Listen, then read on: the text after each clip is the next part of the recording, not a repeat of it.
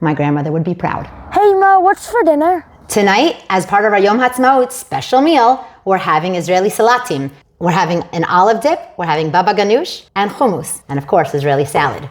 Nothing's better than Israeli salad. I'm going to share a few Israeli-inspired food ideas with you to help you celebrate Yom Ha'atzmaut at home. What better way to celebrate Israel than enjoying some Israeli-style cuisine? 3 simple Israeli dips: olive, babaganush, and hummus. And they go with everything. My grandmother was born here in Israel in 1927. When she married my grandfather, the two of them opened up a falafel restaurant. I wasn't alive to eat at the restaurant, but boy, did I get to enjoy the foods that she used to make in our house in America when they came to visit. A lot of the Israeli recipes that I make come straight from her. Just like an old bubby, I don't have measurements. It's just you put a little bit of this, a little bit of that, and then the final product comes out tasting amazing. Eggplant, a simple ingredient that is found in so many Israeli dishes. And today, it's going to be the star of our babaganush. We're gonna roast them for about 35-40 minutes at 400 degrees. This is a perfect opportunity to start on our roasted garlic. It's so simple. Take your garlic head,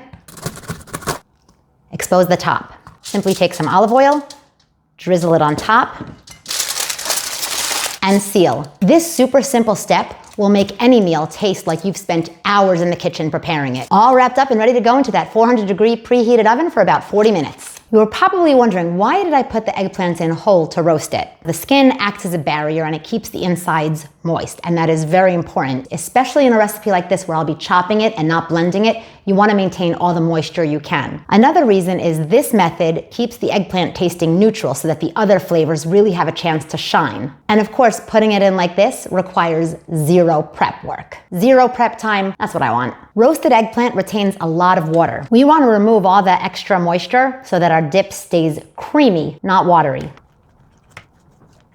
Make sure you scoop out all that eggplant. Let it sit for 5 minutes and drain itself. The majority of the liquid has come out and it's time to chop. We're gonna chop this by hand. Now we could put it through a food processor, but that would just blend it and chop it up until it's nice and smooth, and that's not the texture that we're looking for. It's all about the texture. Or maybe it's because my grandmother didn't have a food processor, because she was from the Stone Ages.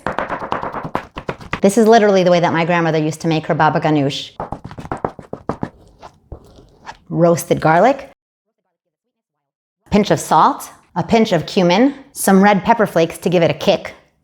And here's where the recipe starts to pivot from something you know to something different. My grandmother used mayonnaise. I wonder if it's because when she was in America, tahina was harder to find. I never thought to ask her because this is how she always made it. And the last interesting ingredient that she used was vinegar. She didn't use lemon juice, she used vinegar. Just a splash of vinegar, add more to taste. You want to make sure to mash up the roasted garlic so that it gets in every bite. Like any other dip, you want to taste it at this point. See if you need to add more salt, more vinegar, more mayonnaise, whatever you feel this needs, you can't go wrong. My grandmother would be proud. This is not a precise recipe. It's a dump, blend, and adjust kind of dip. Start with a can of olives. This is one of the simplest dips I make. No cooking, no roasting. It's just a quick olive dip that comes together in literally under a minute. I add a few spoonfuls of mayonnaise. The mayonnaise isn't just for richness, it helps bind everything together. Some powdered garlic. I add just a little minced garlic for depth. You can control all the flavors. See what works for you the best. Some onion powder, basil, freeze-dried chives, parsley flakes, freshly ground pepper. Honestly, this is very forgiving. You just build flavor as you go and you adjust them exactly how you want. You just give it a splash of lemon juice. Now we just blend it until it all comes together. You don't want it tooth smooth. You want there to still have a little bit of texture. This is the texture you're looking for. If you feel that it's too thick, you can add a splash of water or a little bit more mayonnaise. And at this point, it's just taste and adjust. Let this sit for 10 minutes. It really deepens the flavors a lot. Simple ingredients, no cooking. It's a dip that always disappears really fast. Growing up, we didn't use canned chickpeas. My grandmother would take the raw chickpeas and soak them in water, spilling the water out every few days and changing the water, and then we had to cook them, and it took time to get hummus on the table. Today, so simple. Drain the liquid out of your can. Pour them into a small pot. Add enough water to coat them. Half a teaspoon of baking soda. And let it boil for about 10 to 15 minutes. What this process does is it softens up our chickpeas so that we get that creamy hummus texture without having to peel each and every skin off. Now that they've finished boiling, we're gonna strain them. We're gonna rinse them to get the baking soda taste off of them and to loosen up some more skins. Now we put everything into our food processor with the skins. Tahina, lemon juice, some salt, and freshly roasted garlic. My family are all garlic lovers, so we're gonna use a whole head of garlic. I like using roasted garlic more because it gives it a sweeter flavor. And now we're gonna start blending it. Some recipes will call for doing your tahina base first, where you do your tahina with your lemon juice and garlic and some water. The reason I'm not doing that is because I boiled the canned chickpeas to make them really soft, so there's no need for that. You can just dump everything in one shot. Now we're just gonna blend this all up, and longer than you think you should. That's one of the secrets to a smooth hummus. Just keep mixing it.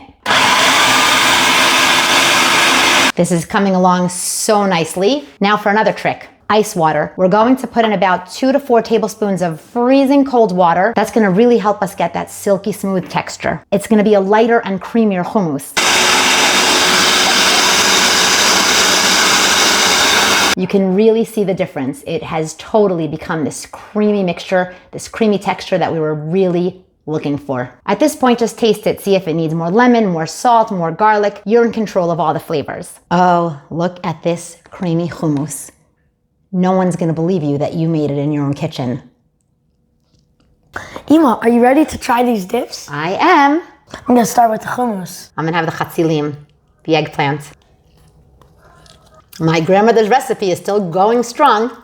Nothing better than homemade hummus. It's just so creamy. Like we're sitting in a restaurant. And that's what's for Yom Ha'atzmaut.